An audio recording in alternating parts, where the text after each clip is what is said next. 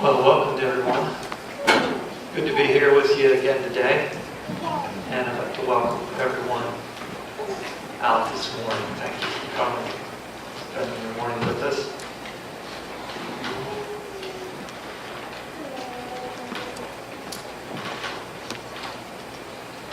As you saw in the bulletin in the program, I'm going to be speaking from Genesis. And I don't know that I'm qualified. First I'll say I'm not a scientist, so that's not my bag, so I won't be speaking from that standpoint. There is much, if you want to dig into that side of science or that side of creation, there are many people out there that are doing that you can check them out. Answers in Genesis, Ken Ham, and all the creationists that speak, such as Ray Comfort and Joe Martin does a lot of work in that area. And so I won't be coming at it from that standpoint because I'm not qualified for that. But I didn't know what I was going to speak on a while back, but there was some key principles or concepts that came to me. And I think over the course of the next couple months as I speak, I'll touch on a few of them from the book of Genesis. And so they are established in the first chapter of Genesis. And so that's what I'm going to be looking at. They're foundational to the gospel. And if you look at the New Testament, it contains, I read around 200 references to the Genesis account, or it alludes to that, or direct quotations from that. So more than any other book in the Old Testament, the New Testament refers back to Genesis. So it's an important book, the foundation. And I think I would be safe to say probably all of us here, or 99% of us, I hope all of you, believe in a creator, in God, and you believe in creation versus evolution. I say most of us do. And if you're here and you don't, you really need to take a look at the evidence for a creator, because there is much compelling evidence for a creator God, a designer. And the more you look, and the more scientists look, even secular scientists, they take a look at it and they have to admit, and I have some quotes from some scientists that are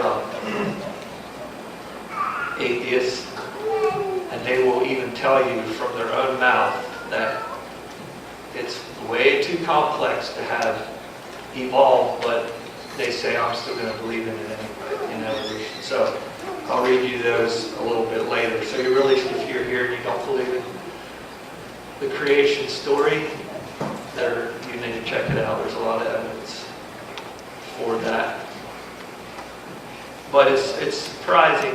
So just a little bit of an introduction. It's not surprising then that there are so many attacks being made on the Bible and the book of Genesis in particular, because of all, like I mentioned, all the times the New Testament will refer back to that as being a foundation for the whole gospel, the whole story, whole gospel story. And so I want to look at some of those, at least one key concept this morning. And in the first three, found in the first three verses of the book of Genesis. A little bit of an introduction before who wrote the book of Genesis. In your Bible, it'll say the first book of Moses, called Genesis. And Genesis means beginning. And now there is, again, some debate. There's people that do not think Moses wrote the book of Genesis, or they think that he wrote it along with some other people. person we don't know. I did just a little bit of study, just thinking of Moses and his character. And after I was done, I couldn't think of anyone else. Of course, I don't know everyone that lived back there, that would have been more qualified to write the book of Genesis than Moses. Because you might say, well, how did Moses know what happened all the way back at the beginning of time? Well, if you remember, I don't know that there was any one man that was closer to God or that spoke, what does it say in the book of Genesis and Exodus? He spoke to God, this is Moses, as a friend. Speaks to a friend face to face. And so don't forget that Moses was, a friend of God. And there were records,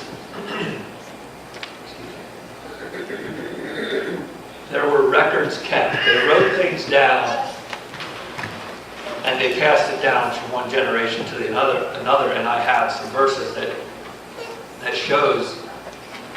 tell us that Moses indeed was a writer. And here the verses are. Genesis 5:1 speaks of the book of the generation of Adam. And so that tells you that they wrote things down. Adam wrote things down, possibly. So that don't speak of Moses. But then in Exodus 17, the Lord said unto Moses, write this for a memorial in a book. Exodus 24, and Moses wrote all the words of the Lord. Exodus 34, and the Lord said unto Moses, write thou these words. Numbers 33, and Moses wrote their goings out. And I didn't finish the verse there. But all those verses in the Old Testament tell you that Moses wrote things down, and God told Moses to write things down. So that'd be some evidence to me that Moses, he was a writer, and he could have definitely wrote these first 5 books of the Bible, which are, I believe Gabe mentioned it last week, referred to as the Pentateuch, and that is the first 5 books of the Bible. So just a little bit on Moses being the author, and I don't know for sure. But I found this interesting. After his resurrection, when Jesus resurrected and walked with the 2 men on the road to Emmaus, it says in Luke 24:27, it says, and beginning at Moses, this is where Jesus started. It said, beginning at Moses, he told these 2 men, Moses and all the prophets, he expounded unto them the scriptures of the things concerning himself. So Jesus began all the way back at Moses. And I don't know if he began with the creation story or not, but beginning at Moses.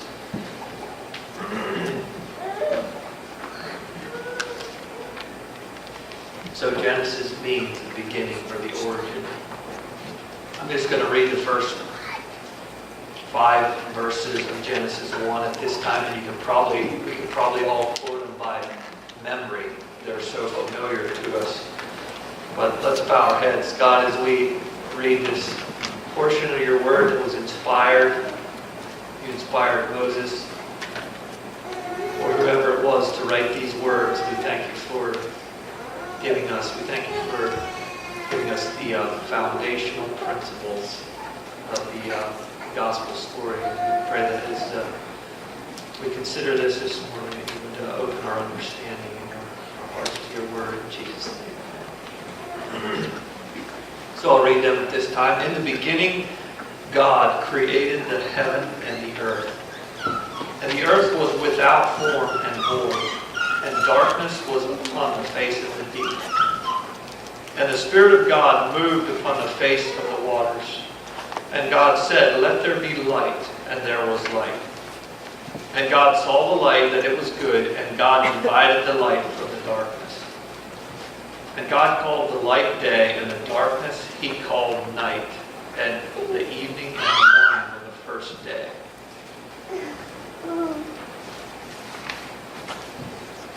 So just a simple, just very simple. If you read anything about evolution, it's amazing what process they claim happened in order to generate life. And this just simply says that God created the heaven and the earth. And then later on in the chapter, life. But I thought of doing an object lesson, and I didn't even bring the things along. But I think it was, I had heard Ken Ham speak in person. Was it maybe at a homeschool convention somewhere? And I can't remember if this is where I heard that or not, but I thought of this again yesterday. I think he used the illustration. If he would take all the parts to, say, a wristwatch, take it all apart, or have all the parts, put it in a bag, and you would shake it. You know, you should be able to shake that up. And after a while, all this moves around. I forget how y'all describe it, but that should, you know, if evolution is true, that should assemble itself.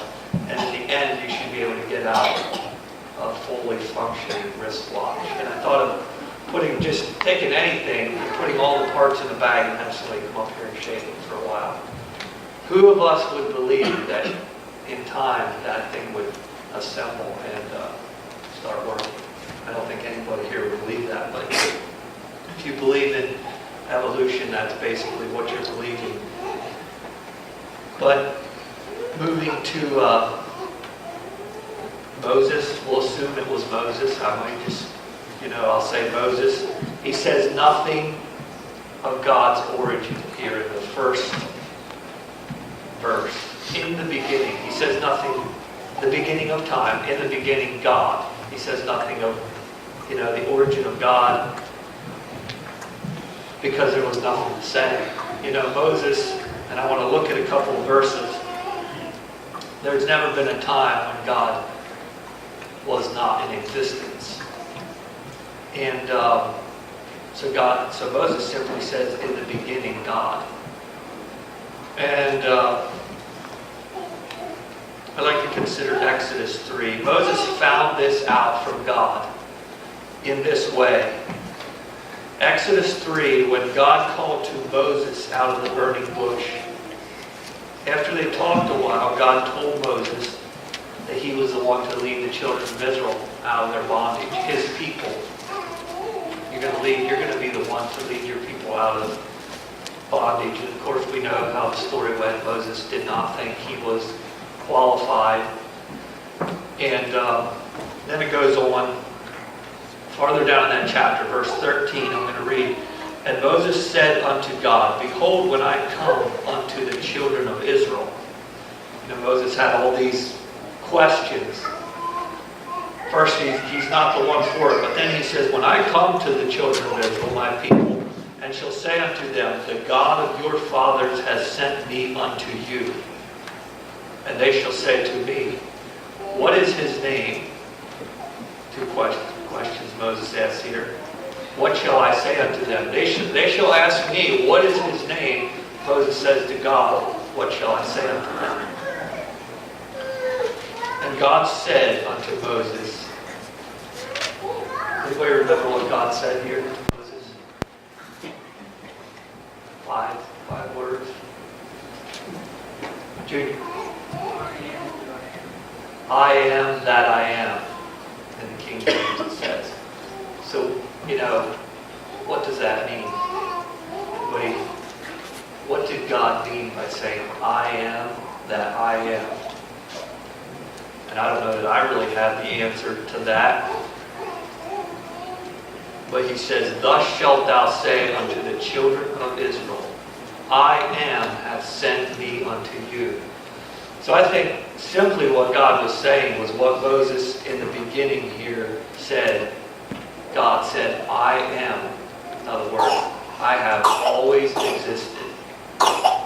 I am the self-existent God. He said, I am that I am. All sufficient. I have no dependence on any other. God is eternal and he's unchangeable. So from that verse in Exodus and from the verse in the first book of in Genesis 1, we see that God is without beginning and without end. And I think Moses understood this, and I think this would be another evidence that Moses, would have been the writer to this book of the Bible. Another verse in Acts 7:22, and this was Stephen preaching to the crowd of people just before he was killed. He said, and this is about Moses, Stephen referred to Moses. He said, Moses was learned in all the wisdom of the Egyptians and was mighty in words and in deed. And I should have looked this up, but wasn't it Moses that said, I can't speak? Or was it Aaron? Anyone know? Moses. Aaron? Moses. Yeah, and then Aaron was the one that God said, well, he'll speak for you. So it was Moses. But according to Stephen, Moses was mighty in word and in deed. So he was a writer. He was mighty in word according to Stephen, but Moses didn't think he was. But there again, Moses was one of the most humble, and I think the most meek man according to the Bible that ever lived. So Moses was mighty in word and deed. And so I can accept the fact that Moses wrote the creation account. And I can't think of anyone that will be more qualified, like I said, or closer to God. I do have that verse, Exodus 33:11, and the Lord spake unto Moses face to face, as a man speaketh unto his friend.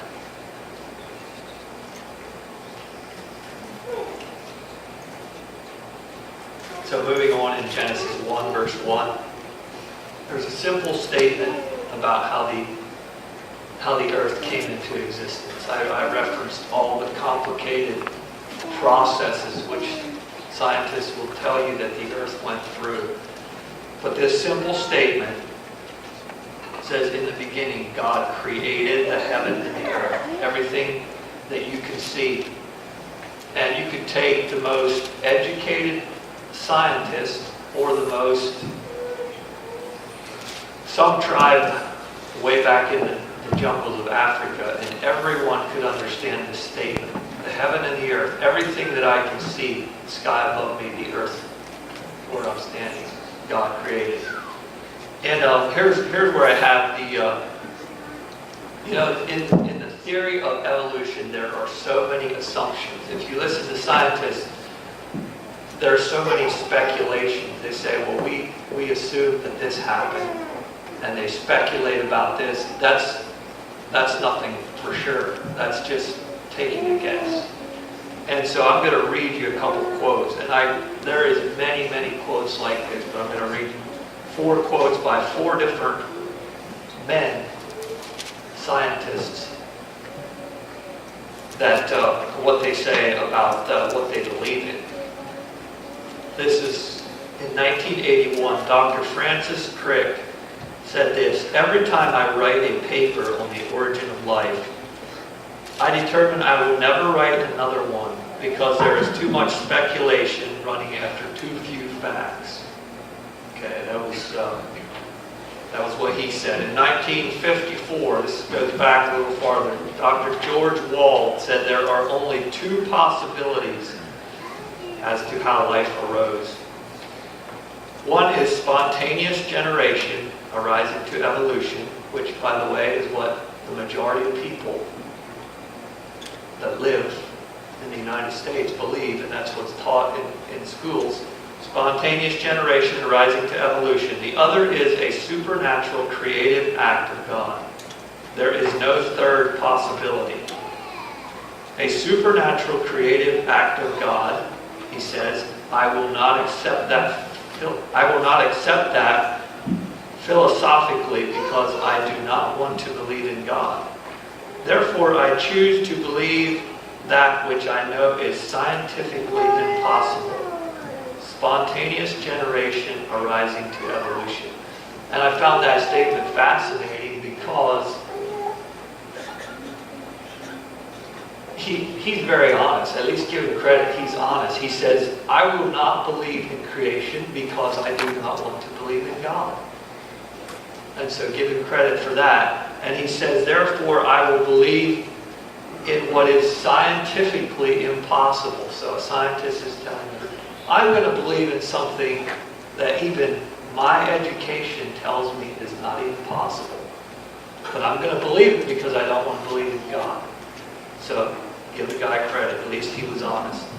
1962, Dr. Harold Urey says, all of us who study the origin of life find the more we look into it, the more we feel it is too complex to have evolved anywhere. We all believe as an article of faith that life evolved from dead matter on this planet. It is just that its complexity is so great, it is hard for us to imagine that it did. And so, in that quote, you see that they have to have faith also. So whether it's you, me, or some scientists that believe in creation versus evolution, we say we have faith that there is a creator God. Here he's saying he has faith in the evolutionary process. So he doesn't know, he has to have faith. And in 2002, Dr. Paul Davies says, first I should like to say that the scientific attempt to explain the origin of life proceeds from the assumption, there's the word, the assumption that whatever it was that happened was a natural process. So he assumed that. No miracles, no supernatural intervention. It was by ordinary atoms doing extraordinary things that life was brought into existence. Scientists have to start with that assumption, he says. So there are many quotes like this that basically prove you can't see how these educated men could actually say some of the things they're saying and say, and I still believe in this process. So they have to have faith, which, by the way, cannot be backed up by science, which they say about creationists, that you can't back it up by science. But it's being proven more and more that it can be backed up by science, the creation story. So in my opinion, it takes more faith to believe in what an evolution would believe in than it does to simply believe the first verse of the Bible, that in the beginning God created the heaven and the earth. And so moving on to verse 2, there are 3 descriptions in verse 2 of the King James Version that describe the earth. Somebody give it to me. 3 words that I picked out that describe the condition of the earth. The earth was this. What are they? Without form and void. Without form. Void is another one. And darkness. Darkness. So you can see, I think the NIV says the earth was formless and empty and dark. So these conditions, these 3 words. And so I tried to get an idea from the Hebrew, which the Old Testament was written in, what the earth was like when God said, when it says He created the heaven and the earth was formless, empty, and dark. And it's usually translated, it was a little hard to come up with, it said usually translated waste and void, formless and empty, chaos and desolation.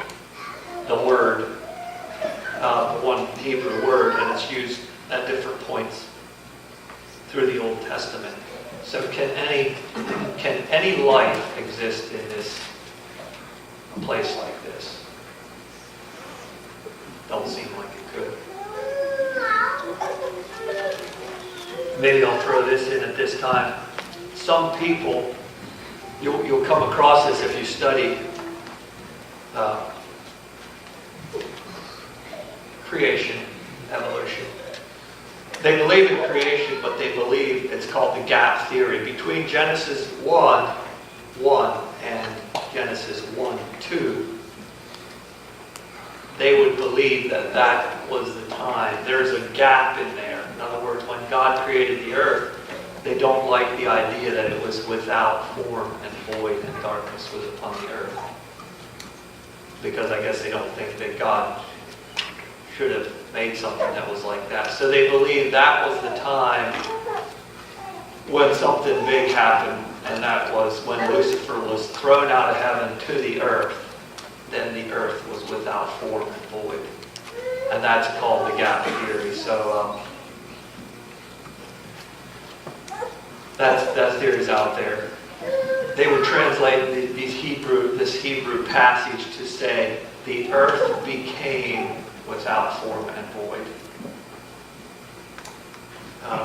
Taking the Hebrew words. Lucifer's fall, I guess they would attribute to making the earth that way.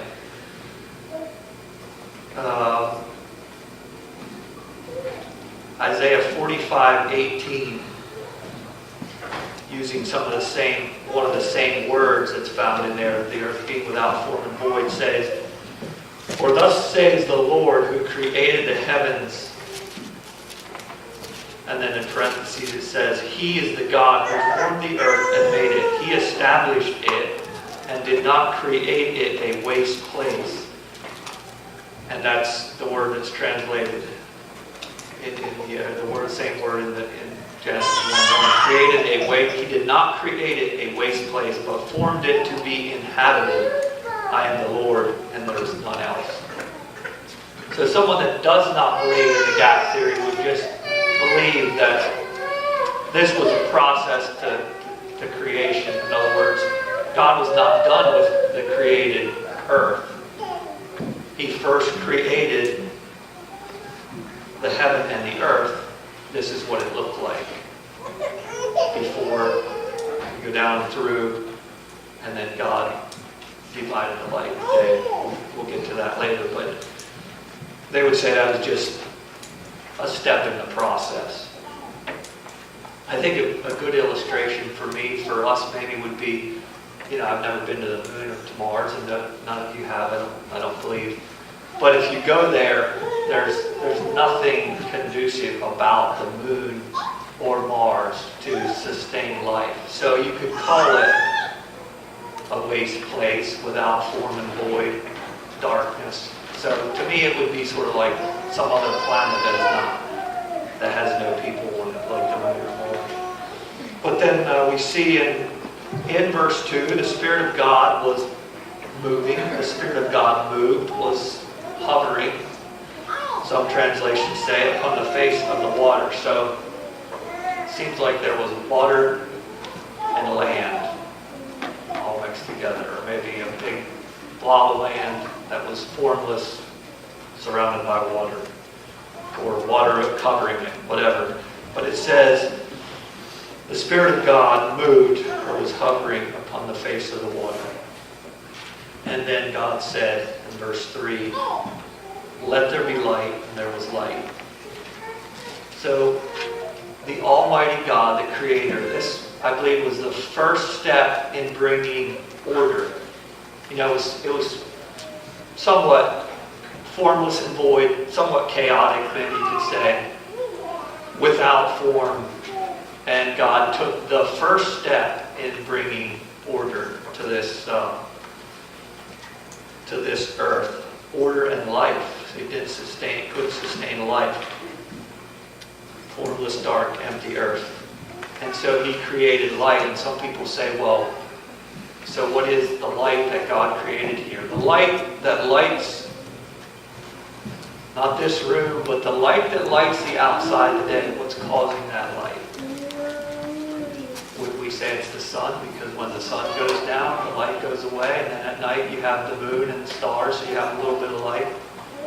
But God did not create the sun, moon, and stars yet, but He created light. So I don't know if I have an answer. I don't have an answer for that, but that's one of the principles. The main principle that I would like to look at this morning is that. So what about darkness? It just says the earth was dark. Darkness was upon the face of the earth. And And then here it says God created light. So the darkness seems like it was automatically present. But when you think about it, it was there because there was no light. And God created the light. So where God is not, you see God's Spirit moving, hovering over the water, and then God said, let there be light. So where God is everywhere, so I don't think I can say that. I'm going to have to see how I can rephrase this. But when God's Spirit moved upon the face of the water, that's when God said, let there be light. So where there is no light, it's dark. We describe that as darkness. God is light, and in Him is no darkness at all. It says that in, I think, John, 1 John somewhere. So the darkness and the light concept, and that should probably be the title of what we're going to talk about this morning, that is introduced here in Genesis, runs through the rest of the Bible, the whole way to Revelation. Darkness and light. And when you get to Revelation, it talks about the New Jerusalem, where there will be no need of the sun, which is what I said lights are outside world today. There will be no need of the sun because the Lamb will be the light. And so throughout the Bible, this is important that every time, not every time, if it's talking about a physical light like the sun, but a lot of the time in the spiritual sense, I would say all the time, the light is referring to something good or God, something holy, and along those lines. And darkness is always connected with the devil and with sin. So that runs the whole way through the Bible. And I think that concept started here. And so I'm going to read to you. I didn't read much scripture, but I wrote some verses down, and I will just read them so I don't need to turn to them, and you don't either. But I will read to you it's all the references to light and darkness. Not all of them, just a few of them. But you would be surprised how many times the Bible refers to light and darkness. And so I'm just going to read you about 10 of them, just right back to back. John 1, 4, and 5 says, in Him was life, and the life was the light of men. And the light shineth in darkness, and the darkness comprehended it not.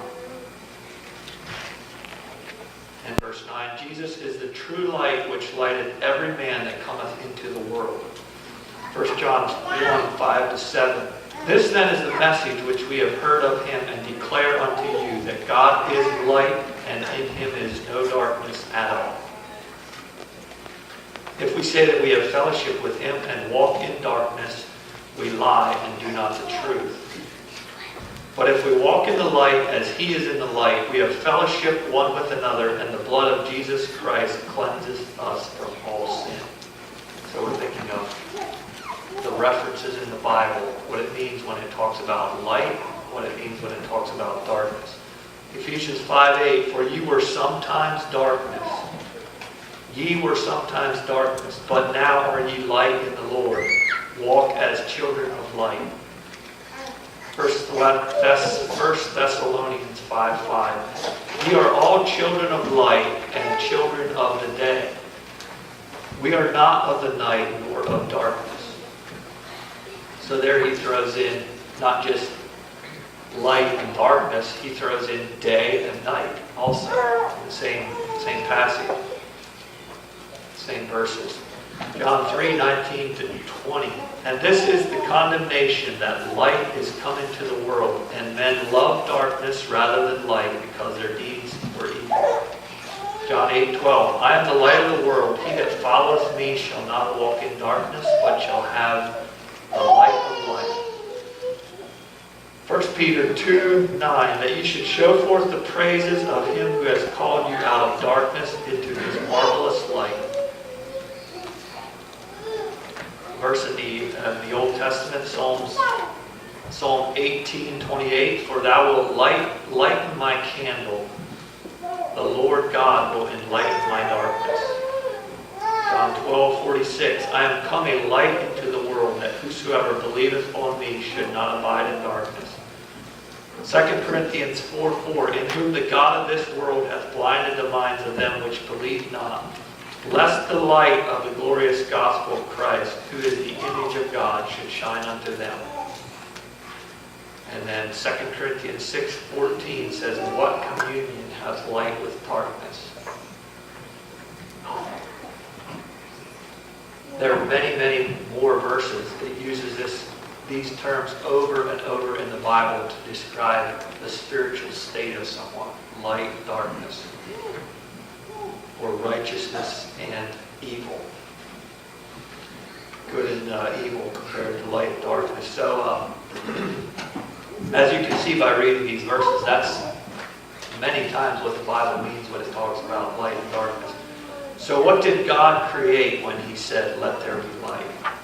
If the literal light that we see from the sun, moon, and stars was not created, that's a question that, I don't know, maybe somebody have an answer for? I don't know that I can answer, but it's something I thought of. What do you, I'll give you an opportunity, what would you say that God created? Considering all the verses that I read about light and darkness, when God said, let there be light. And the darkness that was already present. And then this will throw a little, I'll give you a little time to think, this will throw a little bit of mess with our theology a little. And you might have came across this verse in Isaiah already. Isaiah 45:7 says, I form light and create darkness. I bring prosperity and create disaster. I, the Lord, do all these things. So in Genesis, it does not say that God created darkness.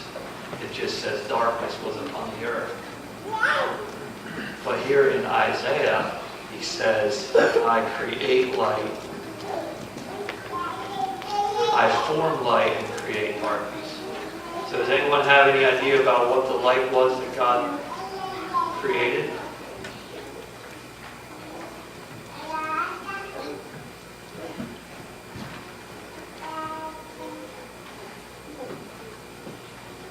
Black light. What? Black light. Black light. I don't know. I think it's interesting to notice that he separated.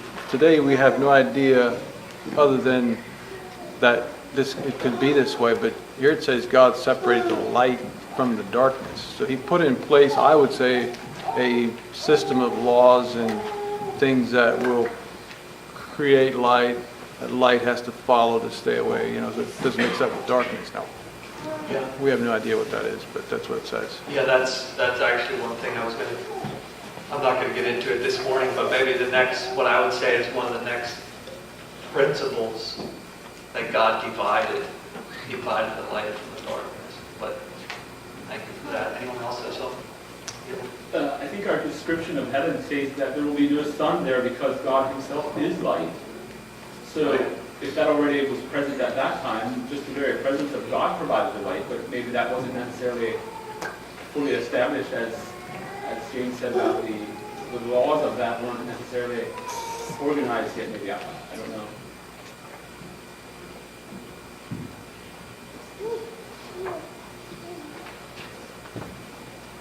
Yeah, it's we don't have to know everything, but it's just something I thought of. Joe, Yeah. about light, it is one of the mysteries of science. There's a lot known about it. And one guy, I think we'll all recognize his name, Einstein, did a lot of research into light and how it behaves, and had a continual frustration with his equations, because there were things that still were unexplainable about it. His really short equation, energy equals mc squared, has c is the speed of light, and so it's related to energy. And I have spent a lot of time just thinking about what is energy, and I just think it's God. Yeah, I really do. It's what's really interesting though is that we can actually make these equations that are reproducible that explain how God works most of the time, or that I don't know if I can just say satisfy our minds a little bit so that not everything's chaotic.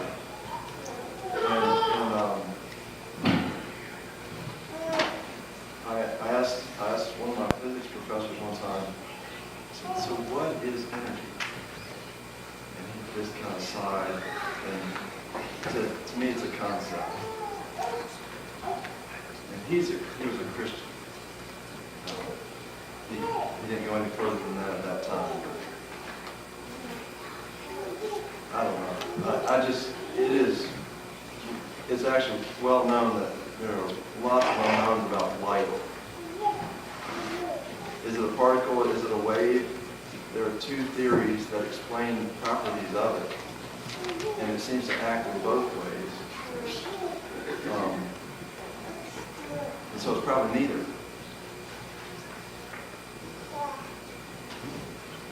yeah, thank you. If I read too much about light or trying to describe it, it blows me away. It's too far over my head. I just want to go outside and do something real, But I would agree with you. I think that energy and light, the relationship, and that it all kind of boils down to being this energy that God has about him is just, to me it makes sense, but I can't really put it into words. So I'll let somebody that can try. But thank you for those thoughts. If there's anyone else, feel free to speak up. I don't see you. But moving on, God is light. It says, 1 John 1:5, God is light, and in him is no darkness at all. So this whole row of verses I read about light and darkness, what they signify, it runs through the whole Bible. And I believe it starts right here in the beginning when it says the earth was dark. And then God said, let there be light. And God is light, the Bible tells us. And so the whole, I can't describe it too well, but that's probably what I'll say about it. The Bible speaks about the works of darkness. Before we met God, before God came onto the scene, each one of us, before we met God, we were in darkness. That's what the Bible tells us. Our hearts were darkened.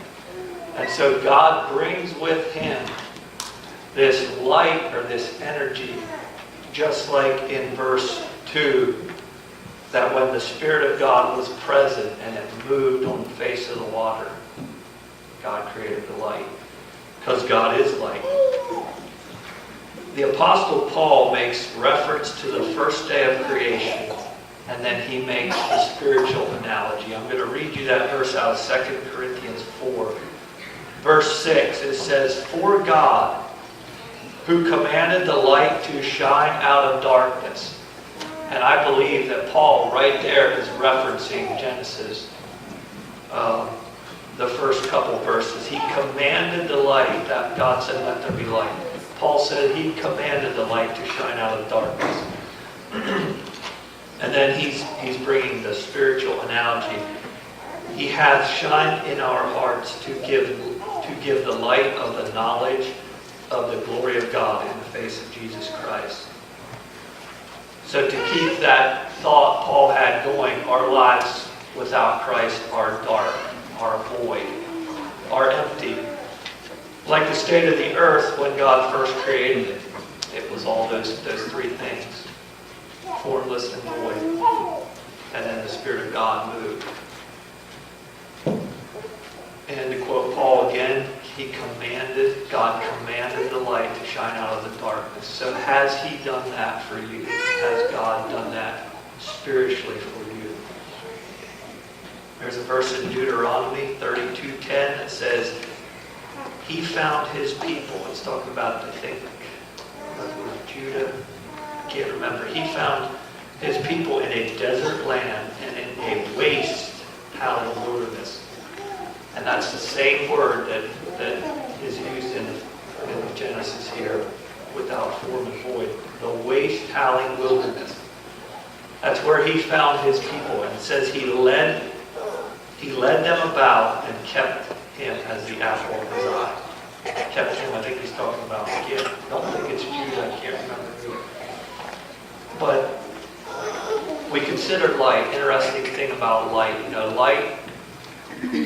light dispels darkness. If you're in a pitch black room and you turn on the flashlight or you light a candle, immediately that light pushes the darkness a little.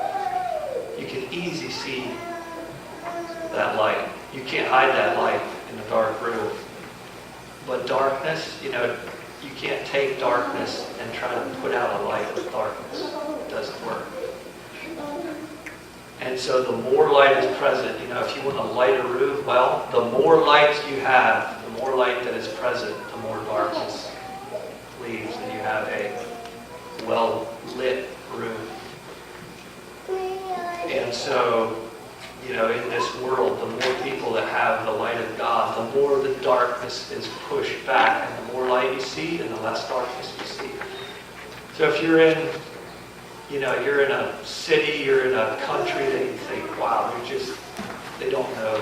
There's a lot of darkness here. They don't know a lot about God here. It's because there's not much light there. There's not many Christians. There's not a lot of God himself who is light. Even if you think you're the only one in a certain area, you have one small candle in a room, you can't hide it. Like Jesus said, if you don't cover it, you can't hide it. It's going to be seen by everyone. So I thought of that song. I don't know how many know that song, I Am the Candle of the Lord. Good, nice song. I like that song, but I'm going to read you the first. I thought of that with what I was speaking about. It says, how great the darkness, how deep the need, how vast the problems of indifference, hate, and greed. A world rejecting the truth once known and slipping down into a nightmare of its own. Is there a light that's strong enough to go and metamorphosize the darkness that we know? That's the first verse. And the chorus is, I am the candle of the Lord, with truth and love more powerful than sword. O fan the flame, its single gleam diffuse, and let my spirit be the light that you can use. I am the candle of the Lord, light me, light me. And that would be God's Spirit that lights us, because He is light.